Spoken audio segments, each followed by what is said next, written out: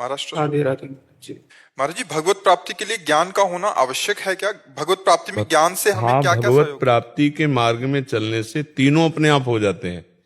जब हमारे हृदय में श्री भगवान के चरणों की भक्ति का प्रादुर्भाव होता है तो हमारे हृदय में वैराग्य और ज्ञान अपने आप होने लगता है।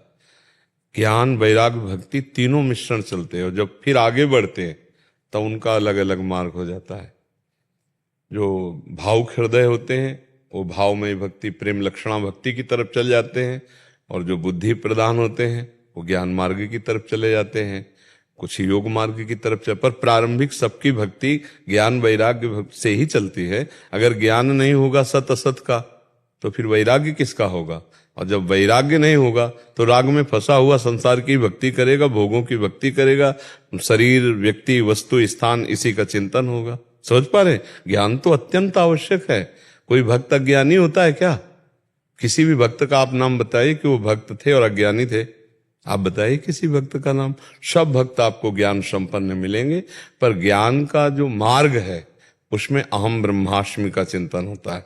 और भक्ति का जो मार्ग है वो अहम का विस्मरण करके भगवान के स्मरण में इतना तन्मय हो जाए कि अपनी शुद्धि ही ना रहे। भक्ति का मार्ग है भगवान का सुमिरन, वो हमारे आत्मस्वरूप श्री भगवान। और ज्ञान का अलग मार्ग, वो अहम ब्रह्मास्मि, मैं ब्रह्म हूं, ऐसा चिंतन करते करते वो ब्रह्माकार अभेद बुद्धि हो गया, आत्मस्वरूप, वो मोक्ष को प्राप्त हो गया और ये भगवान की लीला में प्रवेश पा गया। भक्त मोक्ष स्वीकार नहीं करता, वो लीला प्रेम प्राप्त करना चाहता है। समझ पाए?